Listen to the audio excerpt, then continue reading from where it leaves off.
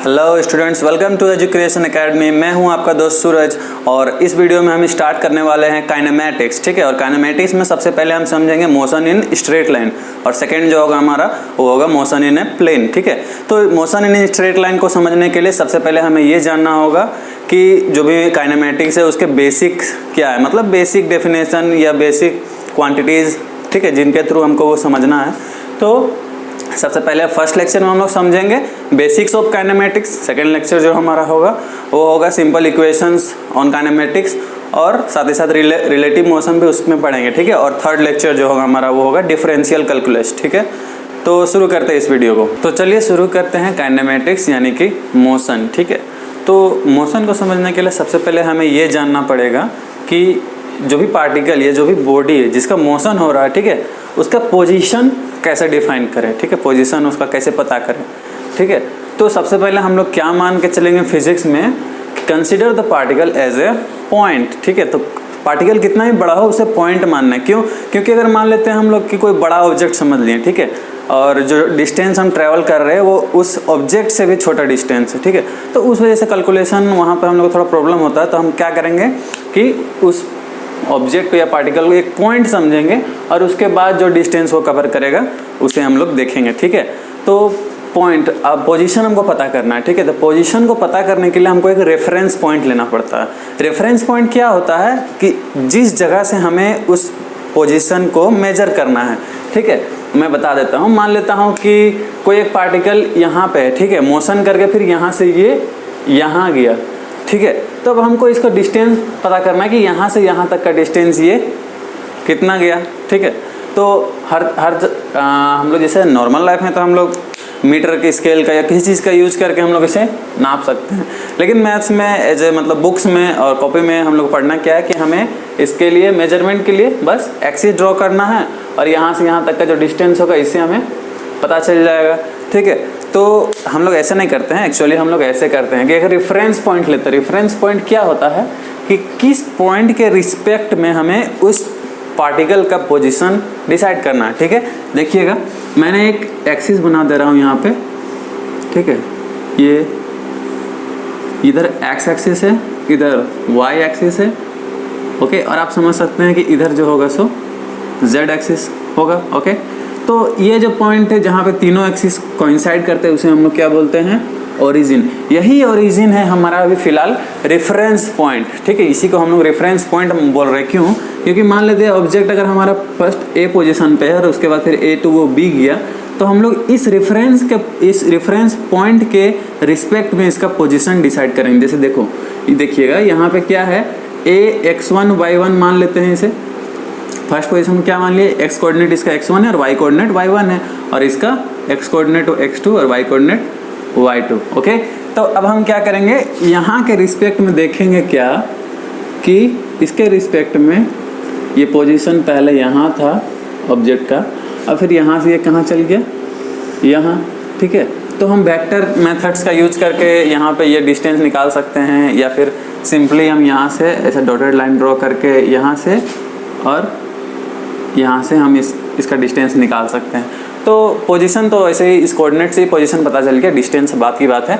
Position हमें पता करना था, तो पोजीशन पता करने के लिए एक रेफरेंस पॉइंट जो लेना पड़ता है वो क्या होता है, ये ओरिजिन। ठीक है, आप किसी को भी रेफरेंस पॉइंट ले सकते हैं। तो जनरली हम लोग यहाँ पर लेते हैं ये जो ओरिजिन है, इसके रिस्पेक्ट में हम लोग इसके पोजीशन को डिफाइन कर रहे हैं, तो ये हमारा रेफरेंस पॉइंट हो गया। ठीक है, अब फ्रेम ऑफ रेफरेंस क्या होता है उसको समझा देता हूँ। फ्रेम ऑफ रेफरेंस क्या होता है कि आप यहाँ पे देखिएगा पहले। ठीक है, अब जैसे एक बस है, ठीक है, एक बस है, इसको मैं पॉइंट से ही देता हूँ अभी भी। यह बस इधर जा रहा है। ठीक है, तो फ्रेम ऑफ रेफरेंस यहाँ पे आपके पास दो ऑप्शन है। पहला ऑप्शन क्या कि आप इस कोऑर्डिनेट एक्सिस पे बैठे हुए हैं और बस को देख रहे हैं, तो बस किधर जाएगा, बस जिधर भी जा रहा है तो आपको बस दिखेगा कि मूव कर रहा है। ठीक है, और दूसरा फ्रेम क्या हो सकता है कि आप बस में बैठे हैं। ठीक है, और जब आप बस में बैठे होंगे तब आपको बस कहीं जाता हुआ नहीं दिखाई देगा।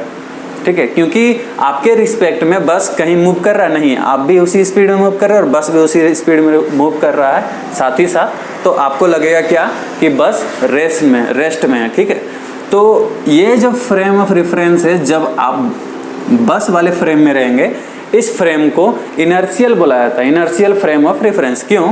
क्योंकि इस टाइम जो बस है वो मूव कर रहा है, इनर्शिया में है, इनर्शियल फ्रेम ऑफ रेफरेंस इसे बोलते हैं, ओके, ऑफ रेफरेंस, ओके।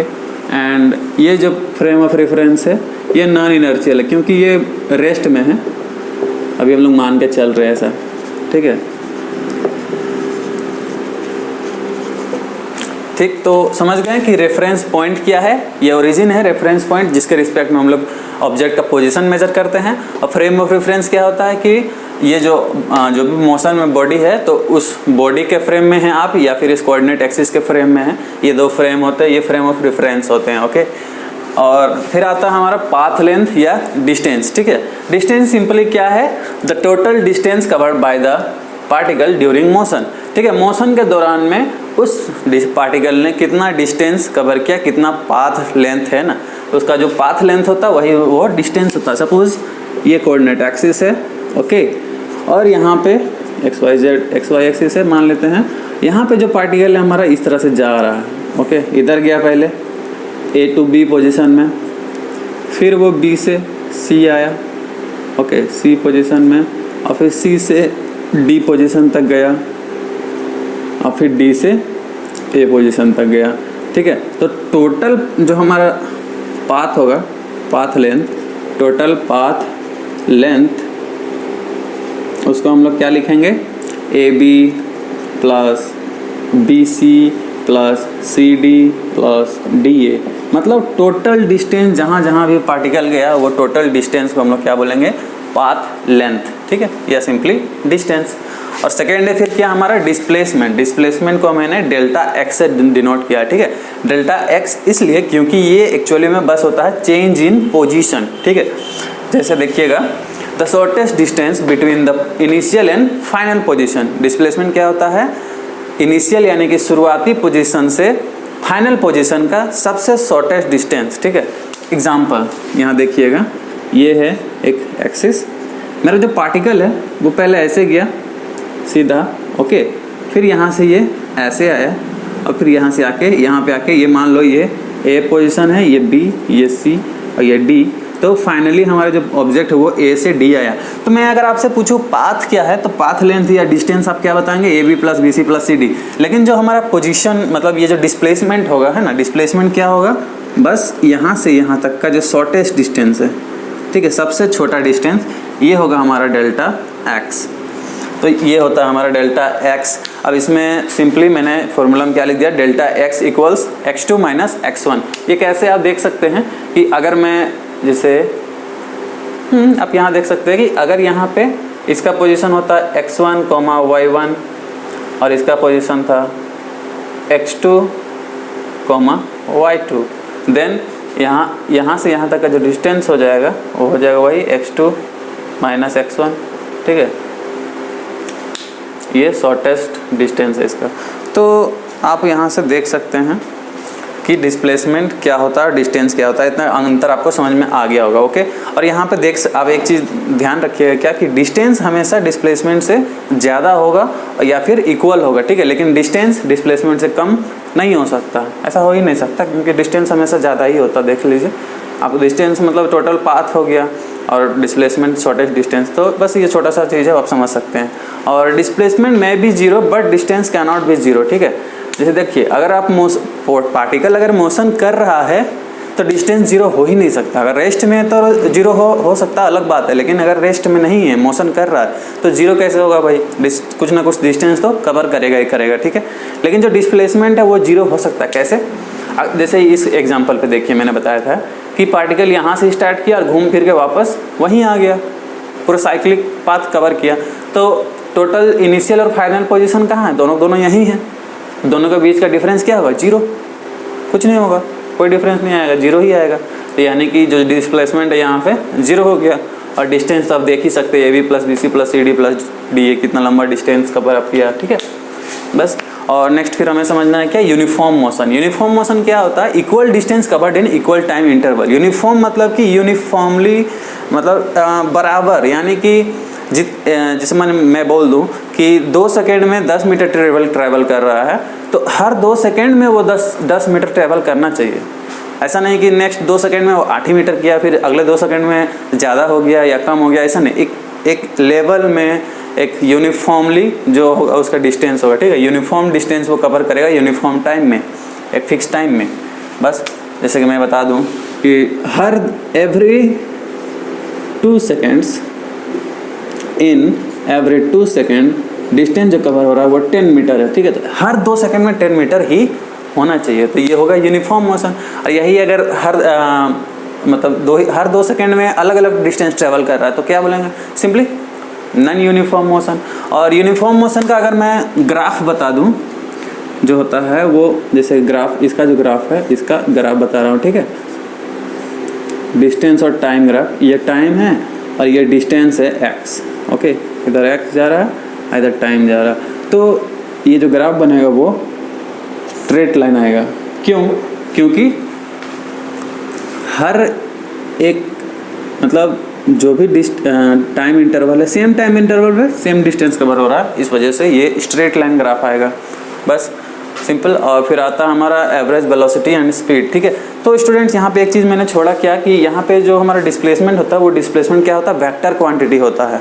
ये एक स्केलर क्वांटिटी और वेक्टर क्वांटिटी क्या होता है वो नेक्स्ट आप समझेंगे आगे।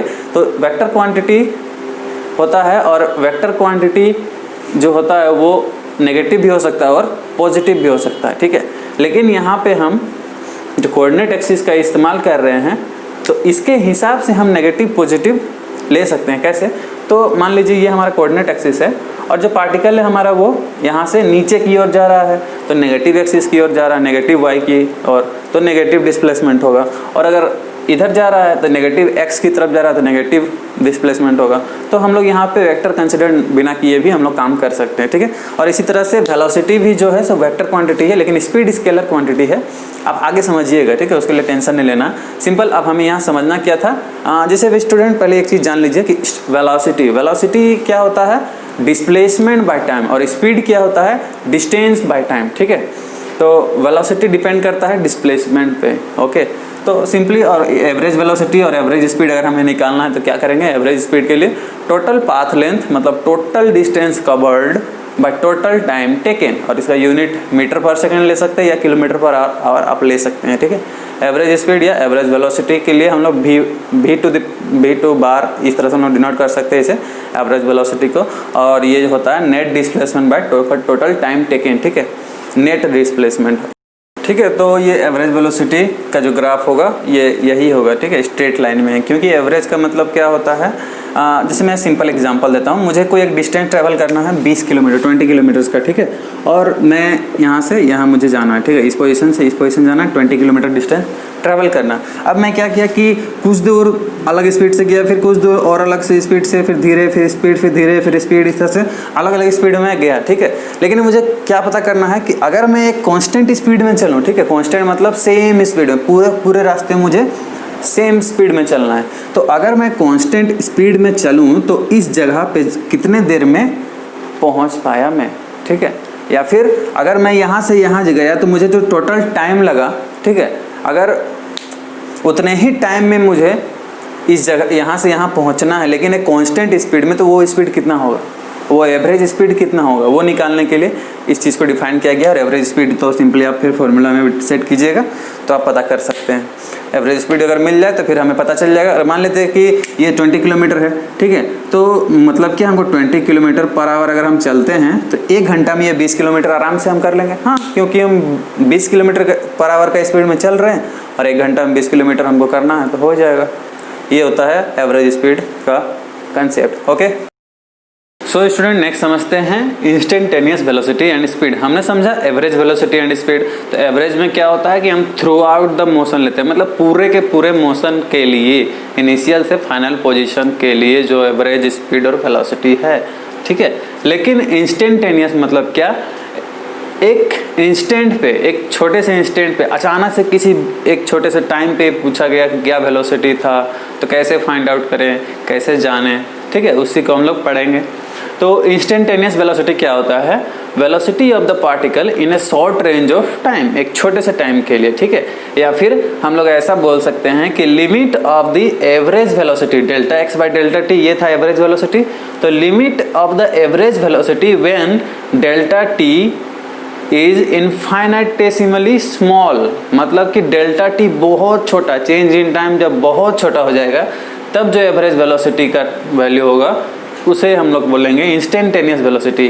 ये जो सिंबल है डेल्टा टी एरो जीरो, ये एरो है टेंड्स टू, बोला जाता है टेंड्स टू, ठीक है, टेंड्स टू मतलब क्या? डेल्टा टी टेंड कर रहा है जीरो की ओर, मतलब बहुत ही छोटा, इनफाइनिटेसिमली स्मॉल, मतलब वही होता है कि जीरो से थोड़ा सा इधर उधर, मतलब लगभग जीरो, बहुत छोटा, ठीक है। तो यहाँ पे इस चीज़ को इसको हम लोग dx बाई dt भी डिनोट करते हैं। ये डिफरेंशियल कैलकुलस का पार्ट है, ये मैं आगे बताऊंगा, ठीक है। तो यहाँ पे देखते हैं कि हमें अगर डिस्प्लेसमेंट और टाइम का ग्राफ पता है तो उससे हम लोग इंस्टेंटेनियस वेलोसिटी कैसे निकाल सकते हैं, अचानक से कहीं से भी वेलोसिटी निकालना है। तो अब मैंने आपसे अगर बोल दिया, मैं आपको पूछूँ कि अच्छा सपोज ये लाइन तो सीधा नहीं बनाया मैंने, लेकिन मान लीजिए कि ये लाइन यहाँ से यहाँ है और यहाँ से यहाँ, ठीक है। आप मुझे बताइए कि ये जो टाइम इन सेकेंड में टाइम दिया हुआ है, 4 सेकेंड से लेकर 6 सेकेंड के बीच में ये वेलोसिटी कितना था? तो हम देख सकते हैं कि ये वेलोसिटी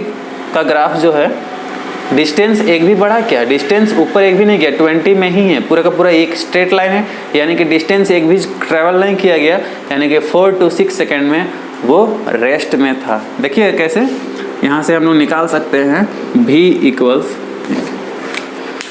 इंस्टेंटेनियस वेलोसिटी ना, तो v इक्वल टू होता है v2 minus v1 bye t2 minus t1।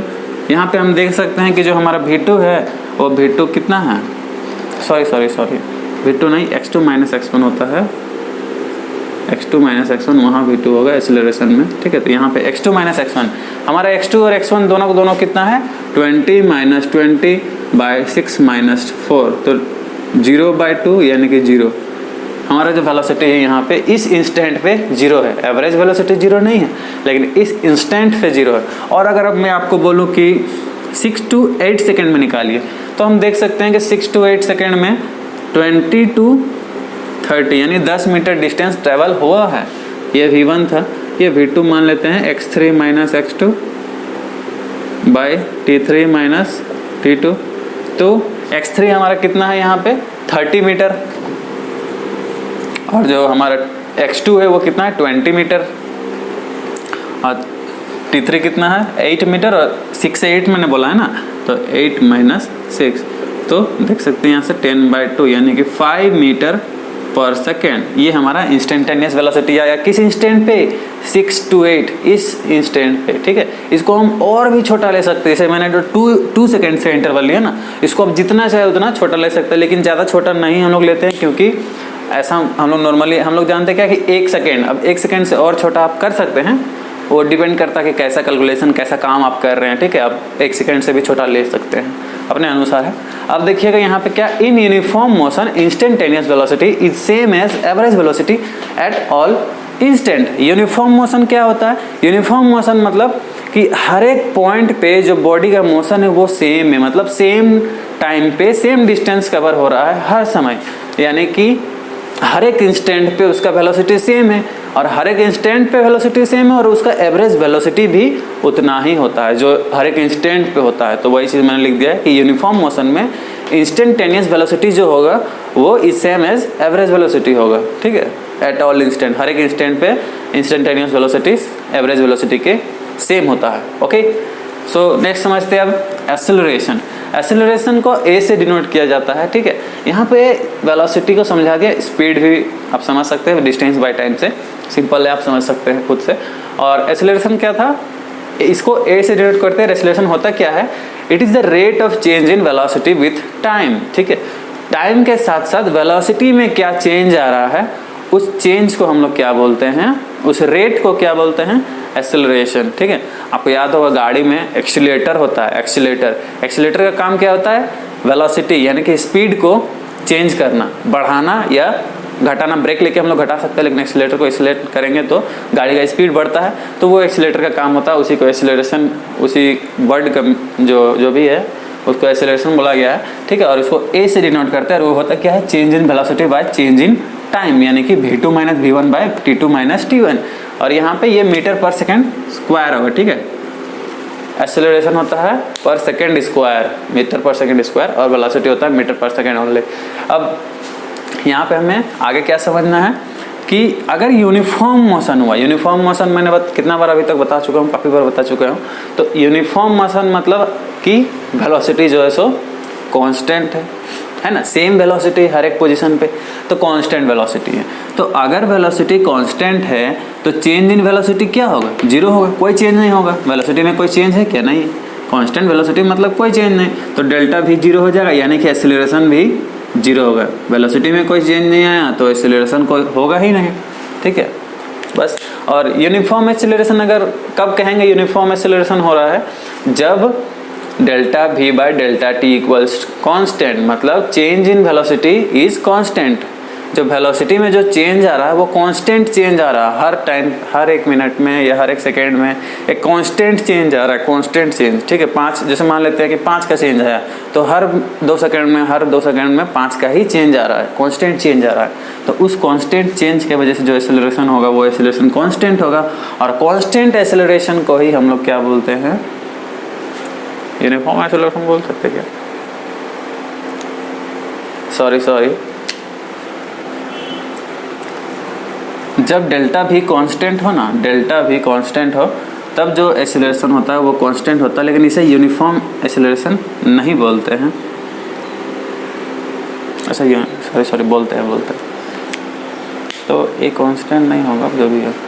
हाँ, यहाँ पे आप समझ सकते हैं यूनिफॉर्म एक्सेलरेशन में क्या होता है कि डेल्टा भी जो चेंज इन वेलोसिटी है वो कांस्टेंट चेंज होता है, तो वो यूनिफॉर्म एक्सेलरेशन हो गया। और नॉन यूनिफॉर्म एक्सेलरेशन कब होगा, जब चेंज इन वेलोसिटी वो कांस्टेंट नहीं होगा, मतलब कि 2 सेकंड में कभी अचानक से 5 का चेंज आ गया, और फिर अगले 2 सेकंड में 10 का चेंज आ गया, फिर अगले 2 सेकंड में थोड़ा कम चेंज 2 ही का चेंज आया, फिर अगले 10 सेकंड में 20 का चेंज आ गया, यानी कि हर एक टाइम पे अलग अलग चेंज आना। तो डेल्टा भी जो चेंज इन वेलोसिटी है वो कांस्टेंट नहीं है, यानी कि एक्सेलरेशन भी कांस्टेंट नहीं है, यूनिफॉर्म एक्सेलरेशन नहीं है, यानी कि नॉन यूनिफॉर्म एक्सेलरेशन उसे बोल सकते हैं। ओके, अब अगर एक्सेलरेशन निकालना, जैसे मैंने यहाँ देखा क्या हम लोगों ने कि अगर हमें वेलोसिटी निकालना है तो हम लोग डिस्टेंस टाइम ग्राफ लेते हैं, ठीक है। लेकिन अगर हमें एक्सेलरेशन निकालना है तो हम क्या करेंगे, वेलोसिटी टाइम ग्राफ लेंगे, ठीक है, क्योंकि वेलोसिटी बाय टाइम फॉर्मूला होता है, बस सिंपल।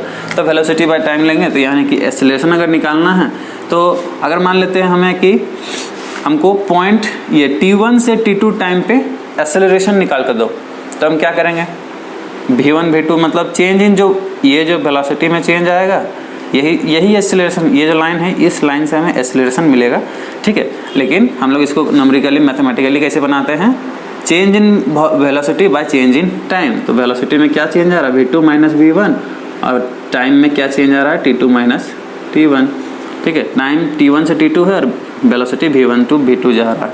तो इस तरह से हम एक्सेलरेशन निकाल सकते हैं, इसका जो यूनिट हो जाएगा वो मीटर पर सेकेंड स्क्वायर हो जाएगा। ओके स्टूडेंट्स, तो बेसिक्स में अभी इतना काफ़ी है। नेक्स्ट हम लोग स्टार्ट करेंगे इक्वेशन ऑफ काइनेमेटिक्स, ठीक है। So keep watching my videos, thank you, see you in the next lecture.